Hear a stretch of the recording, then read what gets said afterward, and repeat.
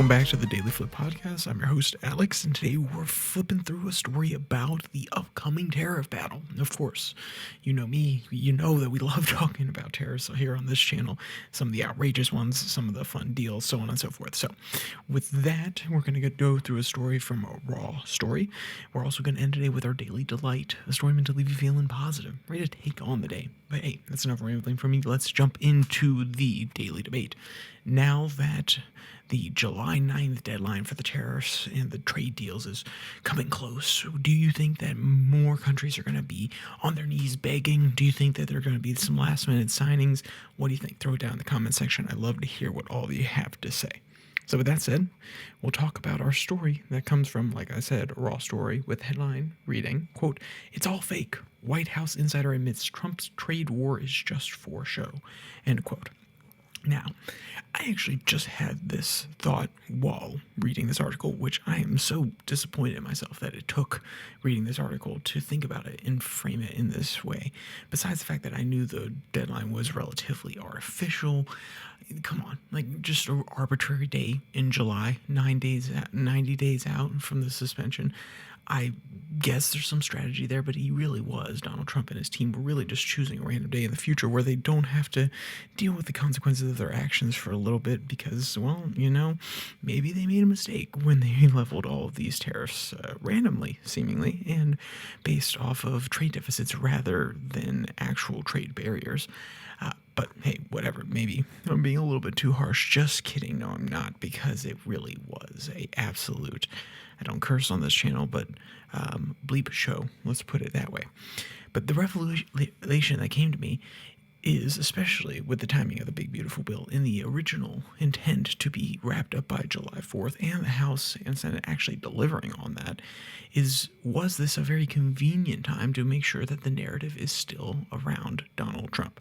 We know that Donald Trump is a man who loves to be at the center of attention, that he knows how to manipulate the media, he knows how to keep things in line, and what I mean by that is on him is probably the way that he would think about it, and I think if we're being realistic, that's how we have to think about it. But that comes with these quotes. It comes from these quotes, the idea that he's trying to keep it as a show that's focused around him. The trade stuff always was because he is the arbiter. He's using authorities that normally require being in a state of emergency or certain restrictions against foreign countries. I've had conversations with people about this before, and they said, well, yeah, actually most of them are legal. And I said, well, just because he has the power to do a lot of them doesn't necessarily mean that, and what I mean by that is he has the power to have emergencies that allow him to re-examine tariffs or the looking at unfair trade practices and then creating studies in order to actually levy these new. That was the whole point about the original tariff date in April.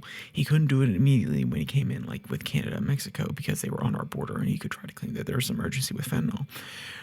But what he did was he put together comprehensive studies in order to analyze their trade barriers that these other countries had, and then he could level new ones, and that's why he had to wait until April.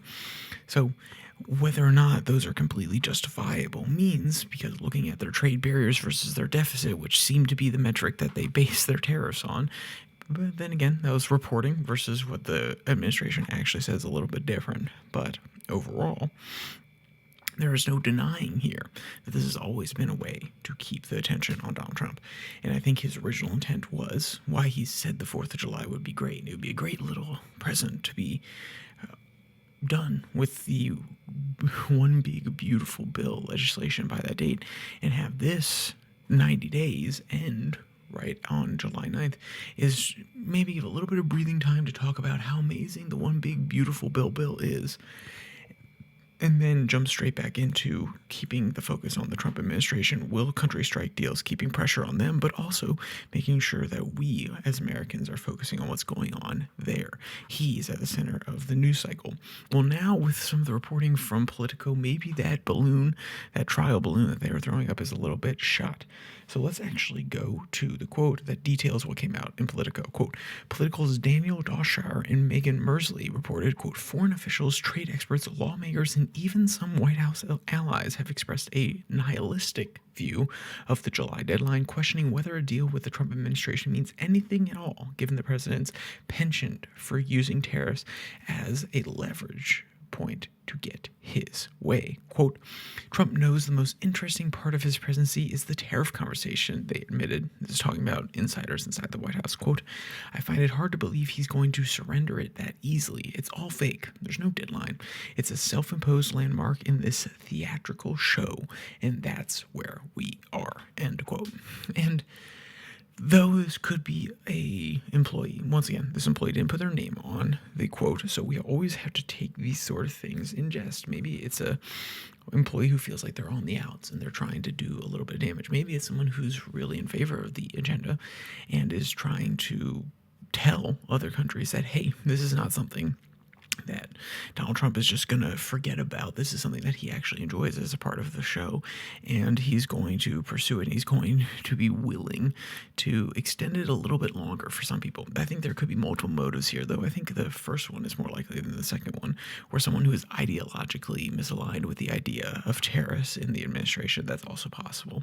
But remember, we have to put a little bit less weight on it because it is a anonymous quote. It's one of those things where it's on background. And while I don't want to impugn the honor of anybody, impugn the honor of anybody inside the White House, let's be 100% real here. If you're going to, or this goes for Congress, this goes for any organization, if you're not going to do it on the record, if you're not going to come out and say what you want to say, we have to take what you're saying with a little bit of a grain of salt. And once again, not trying to be mean, but you're not willing to back it up with your own name. So, that being said, that doesn't mean that we can simply bypass it and say, oh, well, no, it's a person who feels disenfranchised. They're going to be a problem. No, because they speak to an underlying truth, even if you don't agree with the point, which is Donald Trump loves the spectacle. Donald Trump will continue to keep the focus on himself if he can. And that is why I find this to be the most fascinating, I repeat, the most fascinating time in American history. Modern American history, modern presidential history. Let's be even more specific, because I wasn't very specific in my first language. We have a man who quite literally wants to embody the power of the executive the most. He wants to be the ultimate decision maker. It's even mentioned in this article towards the end. Quote, the result has been a convoluted process with little progress and no end in sight. Countries have been sent representatives to the U.S. and have been on repeat visits to negotiate, but some have failed to secure meetings. Those who have secured FaceTime with Trump officials have sometimes been left confused about U.S. demands, or have been later seen their countries chastised by Trump on social media. And wait for it here. Quote, the report notes that the president has delegated negotiations to 3 individuals: Treasury Secretary Scott Bessent, Commerce Secretary Howard Lutnick, and U.S. Trade Representative Jamieson Greer, with Politico's reporting that they have little actual authority and are often working at cross purposes. This is a president who wants the buck to stop with him, and he wants to be the one making those ultimate decisions. It will be his opinion, just like the Iran thing. It will be his mind made up, obviously with influence from the people around him. But he wants the show to float around him. And we have situations exactly like that. You run into these funny timelines where things are constructed very conveniently so that the news cycle never stops talking about him. Whether that's a good thing or a bad thing, it depends. If he can continue to leverage it in order to pit his people against, and I say his people, his supporters, against the media, it will work out absolutely great for him. How realistic is that? How will it work out for the party in 2028? We'll see. Fascinating video I watched today about the party in 2028. I'm sure you'll be able to find it. I think this is called something to the effect of Republicans in 2028, or Republicans are in trouble for 2028, something to that effect. You could look it up. The thumbnail is a whited out picture of Trump on a red background. And I think that one would be most definitely fascinating to go watch, because it's hard to deny. And when you have someone who is so focused on making sure that they are the story rather than the Republican Party, then the people around them, the possible future candidates, they don't have an eye towards the future. They only have an eye for themselves. It's going to be extremely difficult for the party to move forward. But with that said, let's leave with a little bit of a better taste in our mouth, more of a happy, cheery kind of vibe with our daily delight. This one also comes from Dog Time, just like the last one. Headline reads, video shows golden retriever throwing tantrums when petting stops. And you know one of those dogs. You've seen one of those dogs. You've had one of those dogs that, or at least a dog that's in that kind of mood. Like, no, come on, give me attention. Stopping. Give me attention. It's honestly adorable to see. It will brighten you up a little bit, unless your dog does it yourself, then maybe avoid this one because you might be tired of seeing it. But point being, we want you to leave with a smile on your face. And if you want to check out any of today's articles, you can find all of them in the links in the description below that like and subscribe button. Also down there, you can find the podcast on Spotify, Pocket Cast, Podvine, as well as the Twitter handle, where I post the links to these episodes that come out on Monday, Wednesday, Friday, and also the 6 and 6, which is 6 stories from around the world in 6 minutes or less that come out on Tuesday and Thursday. And that Twitter handle is @YourDailyFlip. So, with all that said, there's only one more thing to say. Stay safe. Don't die.